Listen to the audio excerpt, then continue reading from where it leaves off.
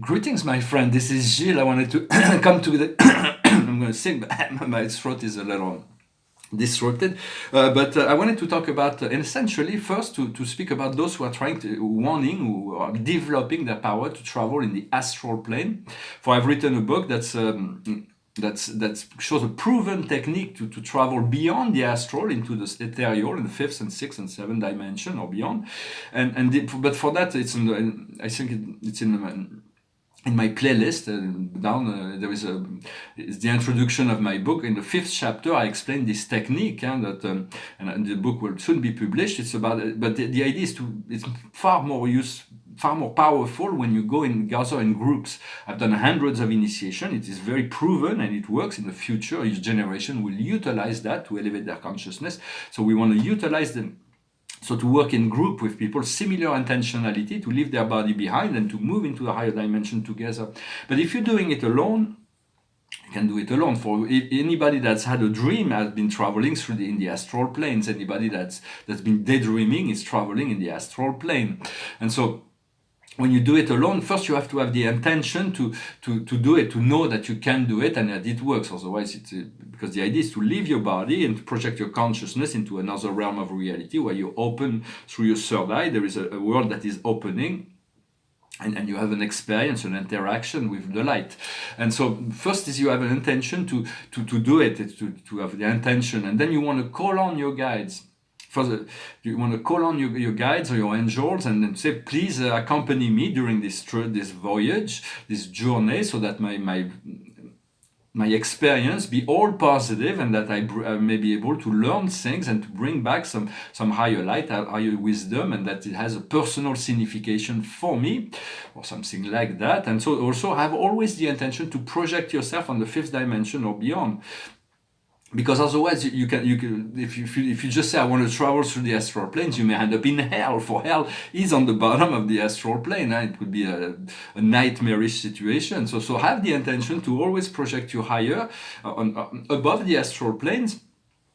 With your guide, so they will solidify your energy, and so it's like in a meditation. It's like you have to, once you project yourself, do not expect that unless you're very familiarized that everything happened all at once. It's just you have to settle down and then something happened. Do not seek to control what is going on. Just let it happen. Let it flow with whatever's coming. And even if the vibration is not high enough to achieve that fifth dimension, you will end up on the subplane of that level, which means on the upper plane of the fourth dimension, where the experience will be pleasant. It'll be like a pleasant dream rather than. So we have to be clear in our intention when we do that. And there is a preview of my book in below if you want to check it out. It's like, because it's all about techniques to do that, to free ourselves from to be able to travel into higher planes. I wanted to say that extraterrestrials have always been coming and going to the Earth. It's just they're on a higher frequency, so they're cloaked and they're not allowed to interfere. The positive, God says not to allow them to interfere with the human program. Only the negative extraterrestrials that do not follow the law of God will interfere, because they have an agenda and they don't really care. They've been like reptilian, many, not all, of course, but some. Like draconians or whatever, I've been so disconnected from the soul. They are like soulless. They're just purely into this power hungry. Some of them are understanding that the only salvation will be to reintegrate emotion in order to create a light body and find salvation. But that's for another time to discuss that. But what I want to say is that they've been around and they're already communicating through many channels. And so you avail yourself to those communications. Some of them are very clear. Some of them are being interfere with the ego of the channeler. So you have to learn to differentiate the energy. But there is many channels available. And one extraterrestrial that's been communicating for many years, his name is Bashar, through Daryl Anka, who's the human that channeled Bashar, and he's a first contact expert. He's very funny. He's like a no-nonsense kind of guy. I'm sure he's very well known. He belongs to a group called the SSNEs. They are the hybrid beings that are positive, and they're on the upper fourth dimension. They're moving into the lower fifth dimension right now. So you may want to call on them, although right now we're moving towards the portals of the Pleiades, and from the 16th to the 24th, the sun is going to move through the Pleiades. The Pleiades is very easy to see in the sky. We see these star clouds, these little clouds, we see 7 stars. Although whenever time I've been going there, I see hundreds of stars that are there, and like all kinds of things, Earth globes, and there are hundreds of civilizations in the Pleiades. But on the 20th, there will be a direct alignment between the sun and Mansillon, the great central sun of our local universe. So there's going to be the Pleiadians will download higher frequencies of violet light for the planet, but also to each human being. So we will be receiving it on different levels. It may be on the navel, on the heart, on the third eye, on the crown. For the Pleiadians are great healers. They're always, you can tune into the high council of the Pleiades. For there is some planets that are still evolving in lower fourth dimension in the Pleiades, but a very, very minority for the Pleiadians brotherhood is very advanced. And so you may, and they're the closest of all the extraterrestrials from a DNA, from a genetic, their parents that they have they're the closest cousins that we have, because they intervene in the past with they input some of their DNA and the early stage of humanity's development. The Arcturians were not very pleased about that, but it happened anyway. And so they're very, very close to us, and you can communicate with them. And so, and ask your guide, or any higher beings that you're connected to show you your own light, to make you discover those things. Just work with them. Know that it's all open through the opening of your third eye. And so, I also want to say that very soon all kinds of really dark things are going to come up. But understanding that many of the people that work for the dark forces are being coerced, or they're being forced to do that. So do not hold it in judgment. All those things that are going to come up, as light workers, we had decades to integrate that and to know that the illusion is going. But humanity will be confronted, and they will have to deal with that in a very, very short, compressed period of time. So use forgiveness, because when you use forgiveness, you don't have to let the other person know that you forgive them, and just it's between you, your higher self, and God. It is a point of freedom that you give yourself. This forgiveness will protect you and release you from negative energies. It does not need that you're like validating this negative, or you're accepting to become a victim. It's about putting the hands of God. When your intention is when you see something very negative, and rather than having to deal with it yourself, you put the stuff in the hand of God, and then the angels will come to deal with the situation, because you command them to address this situation, because it means you're ready to deal with that. And so this point of forgiveness is very important for releasing negative energy. And the more you can offer clemencies, the more you will be able to receive it as well, because we may have hidden part of ourselves, wounded or whatever, that needs to receive clemencies, to receive love from the universe in order to be healed.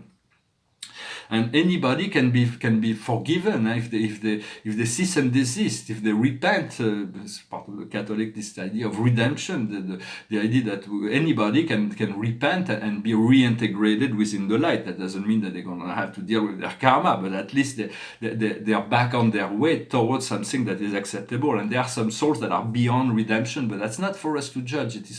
There is higher councils, higher karmic boards and divinities that God's created, fragmented himself in many forms, many ways to administer those universe, and those beings are embodied with the necessary wisdom to deal with all those things. So it's not for us to judge, but to offer forgiveness and yet to protect ourselves from being drawn into those lower frequency.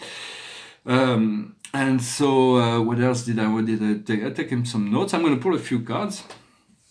So it is important, it's a favor I'm going to ask you for you, right now it is important to let go of all the conspiracies. For those conspiracies are not serious, they're real, they're a lot deeper and they're a lot darker than what most humans, even most initiate, will know.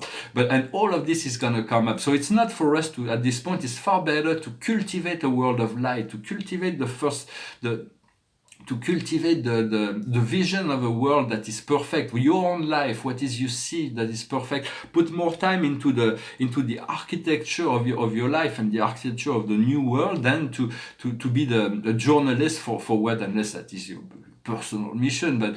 But even then, sometimes there is many deception, many make believe that is included within the reports. So just focus on creating the design of your new life and start already to believe, to see what you want as a society, what will function in the new age. For it will come a lot faster than what we think. And so first, when you make the design, then you create the foundation, then you build the structure. Then you look into the decoration of the world. But this is so right now it's about the design and the foundation, and then the structure will come very soon. For we want to create a world of peace, harmony, and abundance, for yourself first, and then for the whole world. There's a card. We'll call that the highest wisdom. It was an escapee. It's the direction. Stay focused with keep the north. The North Star is the fixed point that is always keep you aligned. The heart, in the heart, you have a direction that is steady, that will never shift.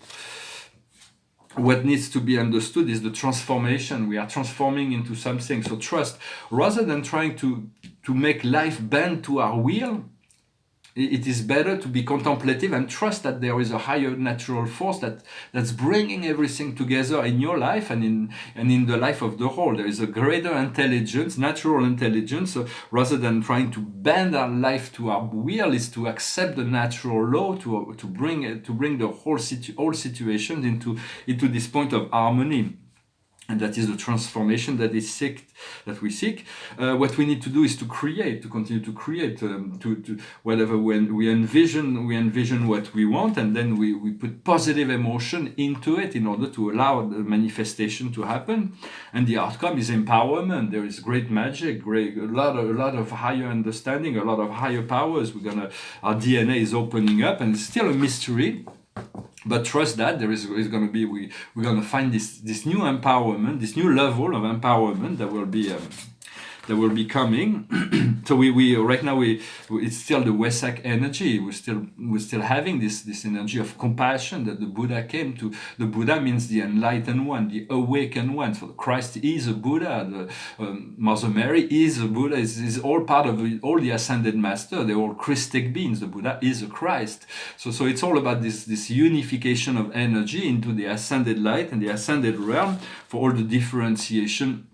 Just frequency, but they all ascended beings, and to tune in, become this ascended being for the in essence Plato in his magnificent explanation, the base of philosophy, the Stoic philosophy, was drew a lot of his information from the Buddhist monastery, not monasteries, the missionaries, because a lot of Plato's value is an alignment with the sutras, with the Dharma, with the law of the Buddha. The Buddha already solved the human equation, and it's very scientific. We'll come to realize that it's not religion, it is not belief, it is truth that is at the base of all that.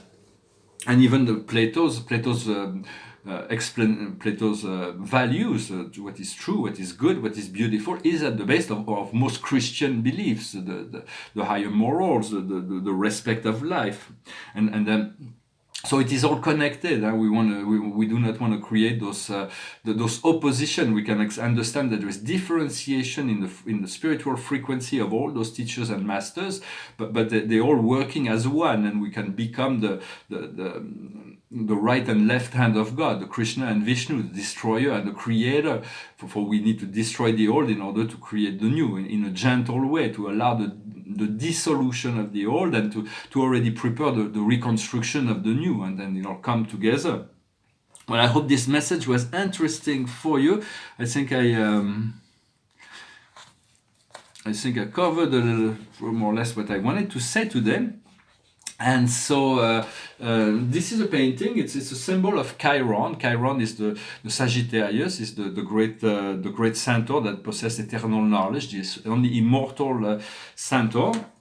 But Chiron is also a planet, and it's a civilization where it's more like a community. It's a small planet that moves between Saturn and Uranus. It's a very fast-moving planet, very, very. And my master guides reside on.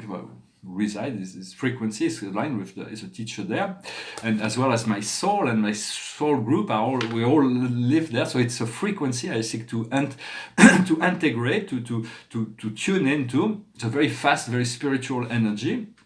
It's a healing planet. It's connected to two different solar systems as well, but it's very fast. It's way beyond the gamma frequency, so it is not easy to integrate this fast-moving spiritual energy. But here it is like an e-soul, and there is this planet, and there are little minuscule planet with e-souls that are floating in space, like in a great book I recommend. It's called The Little Prince of Saint-Exupéry. Antoine de Saint-Exupéry. It's a very small book, even for children. It's wonderful. And so there's little planets that are floating in space.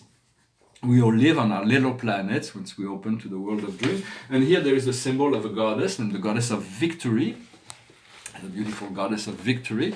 And here it is. Here there is many symbols. There's hundreds of symbols of gods and goddesses of higher energies around the sun, the Helios and Vesta, and the Solaris, Solara, and all those are symbolic for all the planet, the most important planets of the solar systems. Those are very important paintings for the future. They will be understood in the future. I'm going to pull one more card. I'll sing a song. I was going to sing the other song that's the continuation of this one. Maybe I'll go on it tomorrow. This is the first part. It's a song about the space. It's right before the man walked on the moon. The first contact with the moon on a psychological level. It's called Space Oddity from David Bowie. It goes like this. Ground control to Major Tom. Ground control to Major Tom. Take your protein pills and put your helmet on. Ground control to Major Tom. Commencing countdown, engines on. Check ignition and may God's love be with you. This is ground control to Major Tom. You've really made the grade, and the papers want to know whose shirts you wear. Now it's time to leave the capsule if you dare. This is Major Tom to ground control. I'm stepping through the door, and I'm floating in a most peculiar way. And the star looks really different today. For here am I sitting in a tin can, far above the world. Planet Earth is blue, and there's nothing I can do. Though I'm past 100,000 miles, I'm feeling very still. And I think my spaceship knows which way to go. Tell my wife I love her very much. She knows, for here am I sitting in a tin can, far above the world. Planet Earth is blue, and there's nothing I can do. Ground control to Major Tom. Your circuit's dead, there's something wrong. Can you hear me, Major Tom? Can you hear me, Major Tom? Can you hear me, Major Tom? Can you? Here am I floating around my tin can, far above the moon. Planet Earth is blue, and there's nothing I can do. Great songs from David Bowie, and there is for he gets lost in space, and then there is this other song where we find him again. I'm gonna say it's called Ashes to Ashes. We'll see, maybe I'll sing it tomorrow. For when we move out, even through astral projection, when you move out of the orbit of the Earth, you find this great expansion of your DNA. You can look down at the Earth and you see the beauty, or even physically, you can ask. If you ask the astronauts, those who have been physically outside of the planet, they can tell you that their perception of life is forever changed when you see the Earth from orbit. So open your third eye already, and once this is open, it's like a gateway, a stargate that allows you we can free ourselves from the conditioning. We will be able to travel through many realms. Well, I hope this was interesting for you. I'm going to pull one more card. I was going to forget to pull this one more card. Final card of the day. It's cleaning up. It's about cleaning up. So let's see what the card says. It's the oracle number 21, and so it's from translated. Is going to the bottom of a situation to get rid of a burden, clean up your house, to broom what no longer serve you. The oracle. Have you ever had the feeling that you are stuck in emotional dirt to the point where you can no longer think? That maybe you are surrounded with this physical disorder in your house as well. That you are working too much, or that you are overwhelmed. It is time to clean up. Each article that is not in its place is tantalizing you. Each non-resolved issues of the heart, each comparison with others are provoking a feeling of lack. Occupy an energetic space. Each bill that is not paid are only adding this feeling of